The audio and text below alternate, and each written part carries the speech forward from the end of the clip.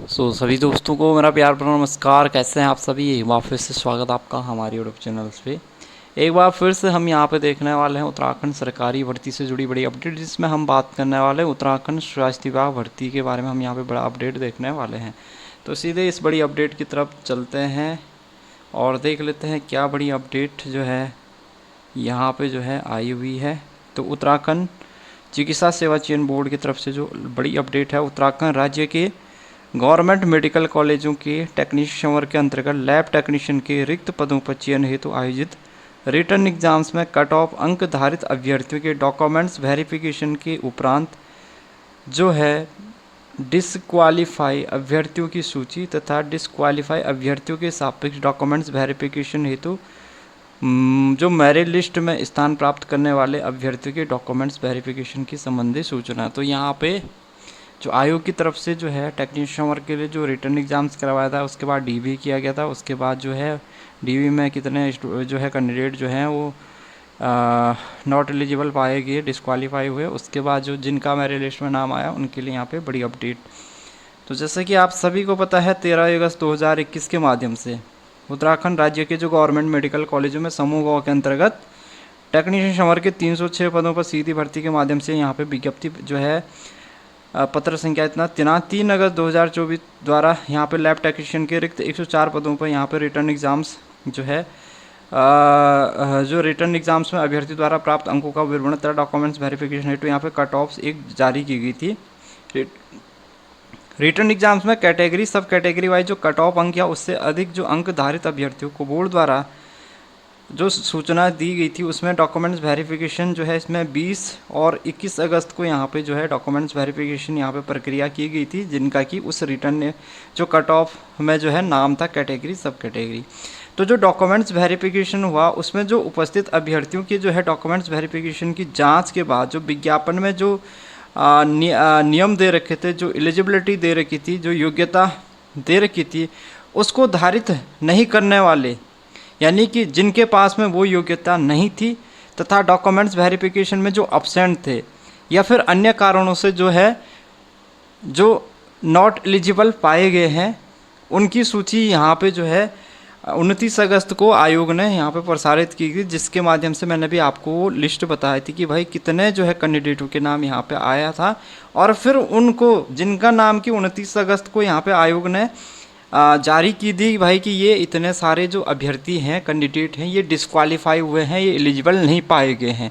तो आयोग ने उनके लिए एक मौका दिया था कि भाई ऐसे अभ्यर्थी जो डिस्क्वालीफाई पाए गए हैं या नॉट एलिजिबल पाए गए हैं, ये व्यक्तिगत रूप से या फिर ईमेल के माध्यम से जो सेल्फ टेस्टेड प्रूफ के साथ 29 अगस्त से 2 सितंबर तक सायं 5 बजे तक अपना प्रत्यावेदन प्रस्तुत कर सकते हैं। तो इसमें आयोग ने ये मौका दिया था कि आप खुद जाके आयोग के ऑफिस में जाके भी अपना प्रत्यावेदन दे सकते थे या फिर ईमेल के माध्यम से आप अपना प्रत्यावेदन दे सकते थे विद प्रूफ। जो है आपके जो भी प्रूफ हैं सेल्फ टेस्टेड जो भी आपका डॉक्यूमेंट है जिसके कारण से आपको डिस्क्वालीफाई किया गया है, उक्त के क्रम में निर्धारित तिथियों तक जो प्रत्यावेदन दिए गए हैं अभ्यर्थियों के द्वारा जो प्रत्यावेदन दिए 20 था 21 अगस्त को जो रिटर्न एग्जाम्स जो डॉक्यूमेंट्स वेरिफिकेशन हुआ था, उसमें जो अब्सेंट अभ्यर्थियों के संबंध में बोर्ड द्वारा नियमों के आलेख में परीक्षण किया गया। और फिर अंतिम रूप से जो है जो नॉट एलिजिबल या आरक्षण का लाभ प्राप्त न करने वाले अभ्यर्थियों की सूची यहाँ पे एक जारी की जा रही है, यानी कि जिन्होंने प्रत्यावेदन दिया है उनकी सूची यहाँ पे जारी की जा रही है की गई है। अब देखो परिशिष्ट क के अनुसार कट ऑफ अंक धारित अंतिम रूप से जो है नॉट एलिजिबल जो अभ्यर्थी हैं उनके सापेक्ष लैब टेक्नीशियन पद की परीक्षा की जो है मेरिट सूची में जो कैटेगरी सब कैटेगरी वाले जो अभ्यर्थी हैं उनको 7 सितंबर 2024 को प्रातः 10 बजे हेतु डॉक्यूमेंट्स वेरिफिकेशन के लिए आमंत्रित किया गया है। तो यहाँ पे एक तो ये कर दिया इन्होंने कि जो भाई जो प्रत्यावेदन इन्होंने दिया था उसके बाद जो है प्रत्यावेदन देने के बाद फाइनली जो है जो यहाँ पे डिस्क्वालीफाई हुए हैं नॉट एलिजिबल पाए गए हैं उनकी लिस्ट भी यहाँ पे दी जा रही है। साथ ही जिनकी जो डिस्क्वालीफाई हुए हैं या नॉट एलिजिबल पाए गए हैं, अब उनके स्थान पे जो वेटिंग में थे या जो कैटेगरी सब कैटेगरी के अनुसार जिनका अगला नंबर था मेरिट लिस्ट में आने का, उनका यहाँ पे उन अभ्यर्थियों का यहाँ पे रोल नंबर दिया गया। वो कितने हैं आपके सामने, 2, 4, 6, 8 और 9 अभ्यर्थी हैं ये टोटल, जिनका कि मेरिट लिस्ट में अब नाम आया है। रोल नंबर यहाँ पे दे रखे हैं।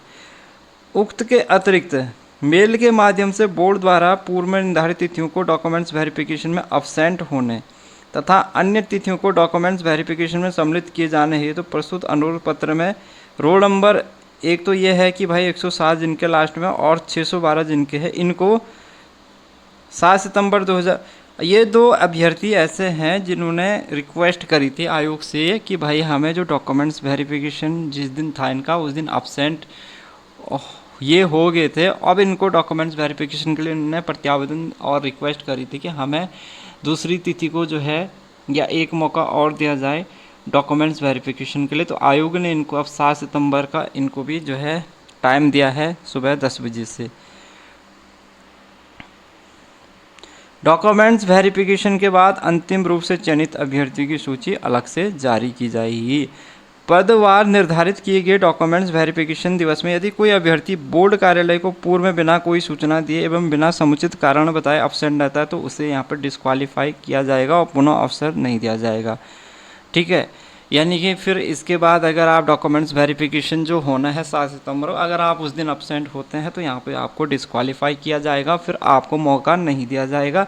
यदि किसी अभ्यर्थी द्वारा ऑनलाइन आवेदन जो किया गया था उसमें जो उससे संबंधित जो प्रमाण पत्र अगर उसने या पंजीकरण प्रमाण पत्र या जो भी है उसने ऑनलाइन फॉर्म में लगाया है और वो डॉक्यूमेंट्स वेरिफिकेशन के समय में वो ऑफलाइन जब डीबी होगा डॉक्यूमेंट्स वेरिफिकेशन की प्रक्रिया होगी उस टाइम वो अगर उस अभिलेख को उस जो है उस डॉक्यूमेंट्स को वो प्रस्तुत नहीं कर पाते हैं तो उस कंडीशंस में भी ऐसे अभ्यर्थियों को जो है वो रिजेक्ट कर देंगे।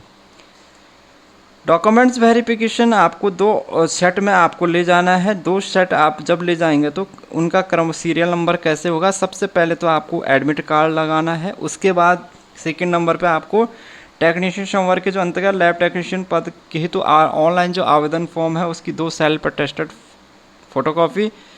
यदि किसी अभ्यर्थी के पास आवेदन पत्र नहीं है तो डॉक्यूमेंट्स वेरिफिकेशन के दिन वो वहाँ से बोर्ड कार्यालय से अपना आवेदन पत्र प्राप्त कर सकते हैं।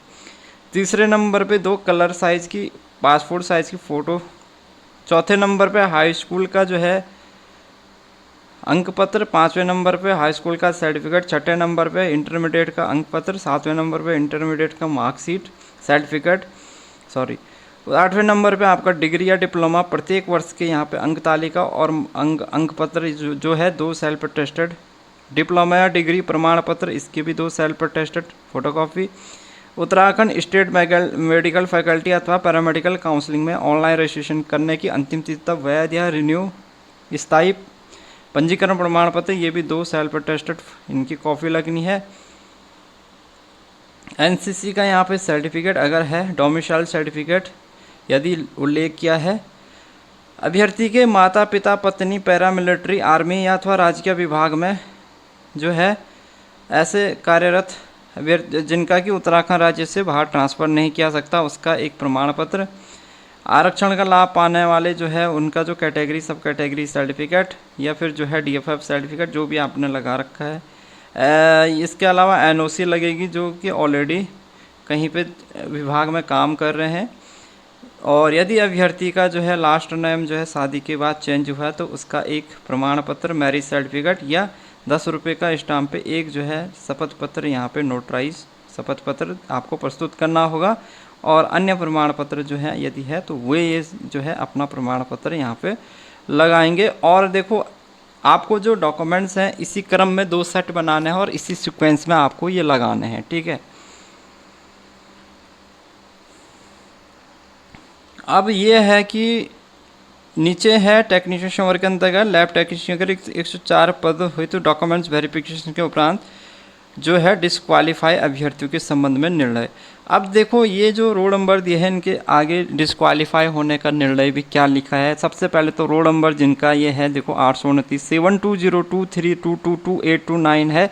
देखो ये डिस्क्वालीफाई क्यों हुआ है, नॉट एलिजिबल क्यों नहीं। अभ्यर्थी द्वारा क्या हुआ है कि ऑनलाइन आवेदन करने की अंतिम तिथि जो कि 27 जनवरी 2022 थी तक जारी या वैध जो है ओबीसी सर्टिफिकेट यहाँ पर प्रस्तुत नहीं किया गया है।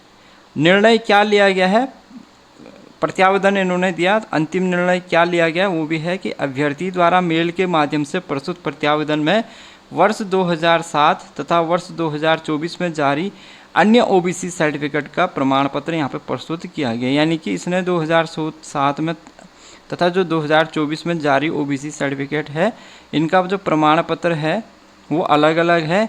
बोर्ड द्वारा निर्णय लिया गया है कि चूंकि अभ्यर्थी आवेदन पत्र जमा करने की अंतिम तिथि तक आवेदन पत्र में दावित किए गए श्रेणी के संबंध में नियमानुसार जारी या वैध प्रमाण पत्र उपलब्ध कराने में असमर्थ है, इसलिए अभ्यर्थी को ओबीसी सर्टिफिकेट ओबीसी कैटेगरी का लाभ अनुमन्य नहीं किया जाता है। तो इसको सीधे सीधे ओबीसी की कैटेगरी से इसको बाहर कर दिया है। तो इसका जो कट ऑफ है वो सीधे सीधे नीचे चला गया, तो ये डिस्क्वालीफाई हो गया है। अगला जो रोल नंबर है यहाँ पे 7202322511, इसमें देखो इसमें भी जो है ओबीसी प्रमाण पत्र इन्होंने नहीं दिया था। अब इसमें क्या है, आयोग का क्या निर्णय आया है कि भाई अभ्यर्थी द्वारा जो मेल की गई है उसमें जो प्रत्यावेदन उसने लगाया है उसमें देखो वर्ष 2016 तथा वर्ष 2024 में जारी अन्य ओबीसी सर्टिफिकेट प्रमाण पत्र प्रस्तुत किया गया है। और बोर्ड द्वारा यह निर्णय लिया गया है कि चूंकि अभ्यर्थी ने जो आवेदन पत्र जमा करने की जो लास्ट डेट थी उसमें जो आवेदन पत्र में दावित किए गए जो ओबीसी सर्टिफिकेट है वो उसमें उपलब्ध कराने में जो है असमर्थ रहा, इसलिए उसको भी यहाँ पे ओबीसी कैटेगरी का जो है लाभ नहीं दिया जाएगा, जिस कारण से वो भी यहाँ पे डिस्क्वालीफाई या नॉट एलिजिबल हो गया है।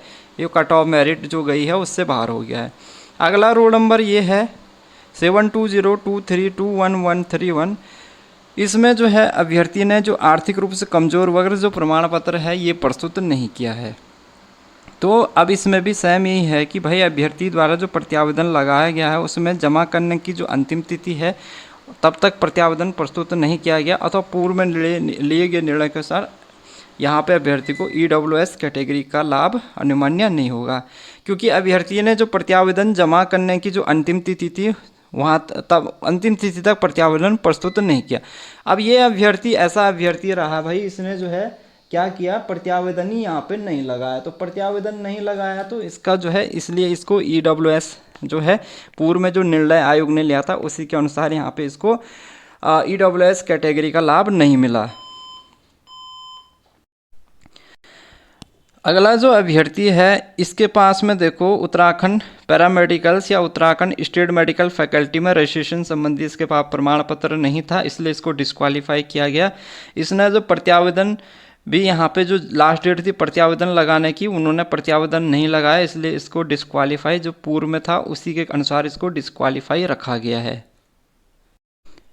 अगला जो अभ्यर्थी था जो रोल नंबर दे रखा है 501 के डॉक्यूमेंट्स वेरिफिकेशन के दिन अब्सेंट था, इसने भी जो है यहाँ पे प्रत्यावेदन नहीं लगाया, इसलिए इसको भी डिस्क्वालीफाई किया है। ये जो है बाकी ये सारे जो हैं डिस्क्वालीफाई है। इन्होंने जो प्रत्यावेदन जमा करने की लास्ट डेट थी उस दिन तक यहाँ पे इन्होंने प्रत्यावेदन नहीं दिया। अब इन्होंने प्रत्यावेदन क्यों नहीं दिया ये इनके ऊपर इनके क्यों नहीं दिया इनकी अपनी जो है या तो इनको पता नहीं चला या फिर इन्होंने जो है जानबूझ के प्रत्यावेदन नहीं लगाया है। तो ये जो अब्सेंट थे इनका तो ये पूरी आयोग ने लिस्ट दे रखी है जो जिनको डिस्क्वालीफाई किया है, और कारण भी यहाँ पे दे दिया है कि भाई ये डिस्क्वालीफाई क्यों हुए हैं, क्या कारण था।